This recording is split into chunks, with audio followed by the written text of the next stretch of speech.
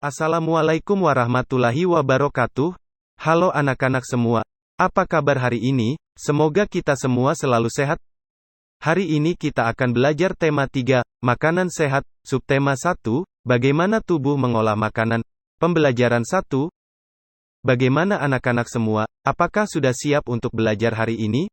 Kalau sudah siap, mari kita mulai belajarnya. Namun sebelum belajar, jangan lupa awali dengan basmalah dan berdoa. Sebelumnya amatilah gambar berikut ini. Apakah kamu selalu makan makanan sehat seperti yang kamu lihat pada gambar?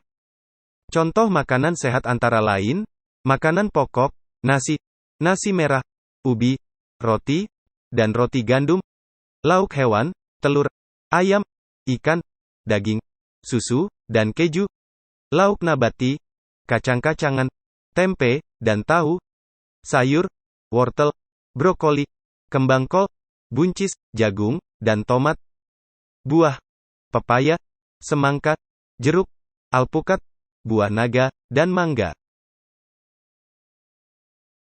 Adapun kriteria dari makanan yang sehat yaitu mengandung 4 sehat 5 sempurna, vitamin, mineral, protein, karbohidrat, kalsium, fosfor, lemak. Makanan sehat baik untuk tubuh kita. Tubuh manusia mengolah makanan menjadi nutrisi yang bermanfaat bagi kesehatan dan pertumbuhan tubuh. Untuk lebih jelasnya, perhatikanlah dialog berikut ini dengan saksama.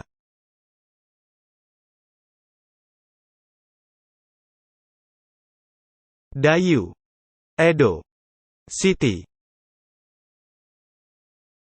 Wah, sedapnya sarapanku hari ini. Sarapan apa kamu pagi ini, Dayu? Kalau aku seperti biasa, nasi, sayur dan telur mata sapi sudah cukup. Ibuku membuat bubur ayam istimewa, Edo. Aduh, semuanya terdengar enak untukku. Sekalipun hanya nasi, sayur, dan telur mata sapi. Apalagi kalau bubur ayam istimewa. Bersyukurlah kita dikaruniai sistem pencernaan, teman-teman. Dengan begitu makanan yang kita makan dapat membawa manfaat untuk tubuh kita. Betul juga ya. Apa sebenarnya manfaat sistem pencernaan itu, Siti? Sistem pencernaan merupakan organ yang dapat ditemui pada manusia dan hewan. Sistem pencernaan berfungsi untuk memperhalus makanan sehingga menghasilkan nutrisi yang dapat diserap oleh tubuh. Dengan adanya nutrisi tersebut, maka manusia dan hewan dapat tumbuh dan berkembang dengan baik. Jika makanan yang dikonsumsi itu sehat dan bergizi tinggi, maka manusia atau hewan yang mengonsumsinya akan bertumbuh dengan sehat. Aku pernah melihat iklan tentang bubur ayam dengan beras organik. Dalam iklan tersebut terdapat kalimat yang mengajak orang untuk memakan bubur organik itu. Wah, kedengarannya menarik. Ya, Edo. Kapan-kapan kita makan bubur ayam di tempat itu, yuk. Pastinya lebih sehat karena berasnya organik. Makanan sehat penting bagi tubuh kita. Oleh karena itu, banyak iklan yang dapat kita temui di tempat-tempat umum yang mengetengahkan tentang makanan sehat. Iklan memang dimaksudkan untuk mempromosikan sesuatu kepada para pembaca. Coba kamu amati iklan-iklan berikut dengan saksama. Kalimat-kalimat yang umumnya dipergunakan oleh bahasa iklan adalah kalimat yang menarik atau kalimat yang mengajak pembacanya untuk mengikuti apa yang ditulis atau disarankan oleh pembuat iklan. Amatilah iklan ini dengan saksama. Tuliskanlah apa yang kamu lihat dalam iklan media cetak tersebut.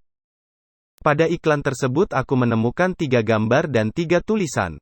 Pada iklan pertama, gambar yang kulihat adalah gambar irisan buah, dan tulisan yang kulihat adalah makanan sehat dan bergizi, solusi untuk hidup sehat dan awet muda.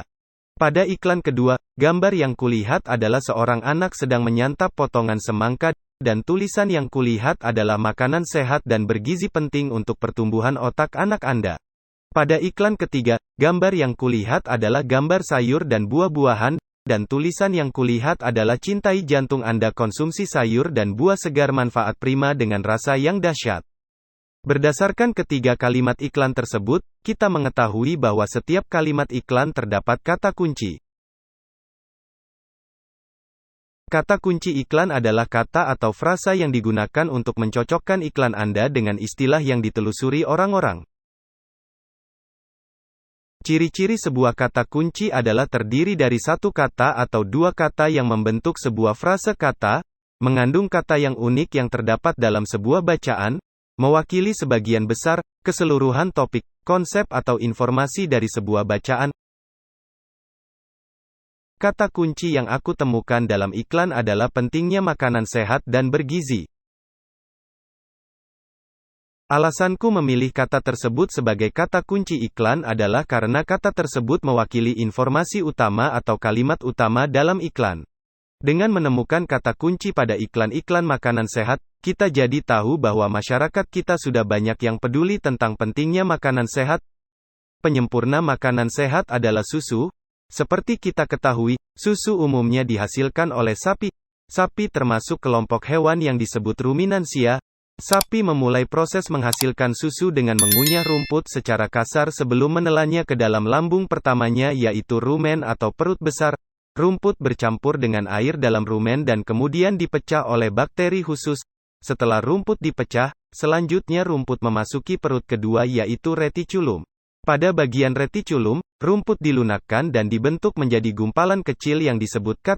Kat kemudian dikeluarkan kembali ke mulut sapi di mana kemudian kat dikunyah lagi sampai sangat lunak sekitar 1 menit. Sapi kemudian menelan ulang kat ke bagian perut ketiga yaitu omasum. Di sana, ditekan untuk menghilangkan air dan dipecah lebih jauh. Akhirnya, kat memasuki kompartemen perut keempat, abomasum, untuk dicerna. Rumput yang dicerna kemudian melewati usus kecil di mana nutrisi penting tetap menjaga sapi tetap kuat dan sehat.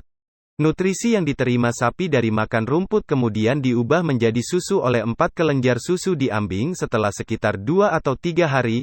Setelah nutrisi berubah menjadi susu, sapi-sapi itu kemudian siap untuk menghasilkan susu. Hewan ruminansia ini adalah kelompok hewan mamalia yang biasa memamah, memakan 2 kali dan dikenal dengan hewan memamah biak. Selain sapi, kerbau, rusa, domba, kambing, dan kijang juga termasuk hewan ruminansia. Sistem pencernaan hewan ruminansia lebih kompleks dibandingkan pencernaan hewan lainnya. Pada hewan ruminansia terdapat 4 bagian lambung dengan fungsi yang spesifik. Selain itu, pencernaan makanan pada hewan ruminansia dibantu oleh beberapa mikrob, bakteri dan protozoa. Mikrob tersebut dapat membantu mencerna rumput. Mekanisme pencernaan makanan pada hewan ruminansia saat makan makanan seperti rumput. Pertama kali makanan masuk ke dalam mulut sapi. Di dalam mulut terdapat organ-organ pencernaan seperti gigi, lidah dan salaiva. Pada gigi sapi tersusun dari gigi seri yang berguna untuk memotong makanan dan gigi geraham untuk mengunyah makanan, dan lidah sapi berguna untuk merenggut rumput, makanan, dan mendorong makanan yang sudah dikunyah menuju lambung. Selanjutnya salaiva merupakan cairan atau enzim khusus yang dihasilkan oleh kelenjar khusus pada sapi yang kemudian disalurkan ke dalam rongga mulut.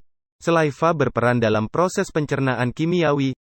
Lambung sapi berbeda dengan lambung manusia, ukurannya jauh lebih besar. Lambung sapi merupakan organ pencernaan yang sangat penting bagi sapi.